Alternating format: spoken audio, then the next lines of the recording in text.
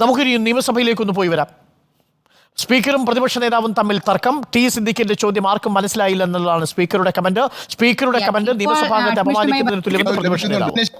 പ്രതിപക്ഷ അംഗങ്ങളോട് മാത്രമാണ് ഈ സമീപനമെന്ന് വി.ഡി. സതീശൻ. ഭിന്നശേഷിക്കാരന് എന്തെങ്കിലും അസൗകര്യം ഉണ്ടെങ്കിൽ അത് ചോദ്യം പ്രസ്താവനയല്ല, ചോദ്യം തന്നെയാകണമെന്ന് സ്പീക്കറുടെ മറുപടി.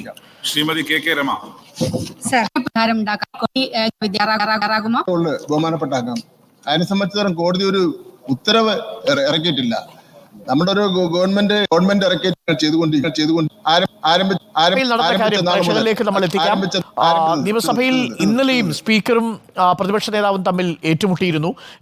അടിയന്തര പ്രമേയത്തിന്റെ അവതരണാനുമതി നിഷേധിച്ചത് അത് മന്ത്രിക്ക് പറയാനുള്ള അവസരം കൊടുക്കാതെ, പ്രതിപക്ഷത്തിന് അവസരം കൊടുക്കാതെ തള്ളിക്കളയുകയായിരുന്നു.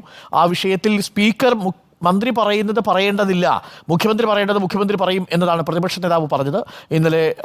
ഇന്നലെയും സ്പീക്കറും പ്രതിപക്ഷ നേതാവും തമ്മിൽ തർക്കമുണ്ടായിരുന്നു. ഇന്നും സ്പീക്കറും പ്രതിപക്ഷ നേതാവും തമ്മിൽ ഏറ്റുമുട്ടുന്നു, തമ്മിൽ തർക്കമാണ്. ടി സിദ്ദിഖിന്റെ ചോദ്യത്തെക്കുറിച്ച് സ്പീക്കർ പറഞ്ഞൊരു കമന്റാണ് ഇന്നിപ്പോൾ നിയമസഭയിൽ ചർച്ചയായിരിക്കുന്നത്. സ്പീക്കർ പറഞ്ഞത് ടി സിദ്ദിഖ് പറഞ്ഞത് മനസ്സിലായില്ല. അങ്ങനെയാണ് നമുക്ക് ഫസ്റ്റ് ബാച്ചിൽ ക്ലാസ് എടുത്തല്ലേ ചോദ്യങ്ങൾ സ്റ്റേറ്റ്മെന്റ്സ് ആവാൻ പാടുള്ളൂ. അങ്ങനെ അഭിപ്രായം എന്താ? അത് പറ. ഞാൻ പറയാം. ഒരു മിനിറ്റ് എടുത്തിട്ടില്ല. ഒരു മിനിറ്റും 12 സെക്കൻഡ് ആയപ്പോ 50 സെക്കൻഡ് ആയപ്പോ അങ്ങ് തടസ്സപ്പെടുത്തി.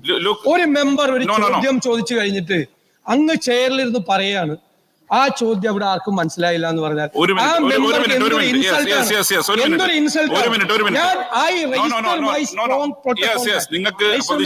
നിങ്ങൾക്ക് പ്രതിഷേധിക്കാൻ അവകാശം.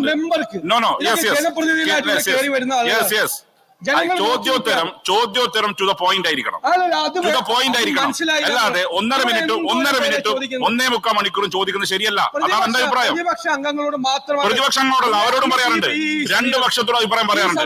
പ്രതിപക്ഷത്തോടും ഭരണപക്ഷത്തോടും ഒരുപോലെ പറയാറുണ്ട്. യെസ്, ഉത്തരം പറയും. ബഹുമാനോട് മിനിസ്റ്റർ അങ്ങ് ഉത്തരം പറയും.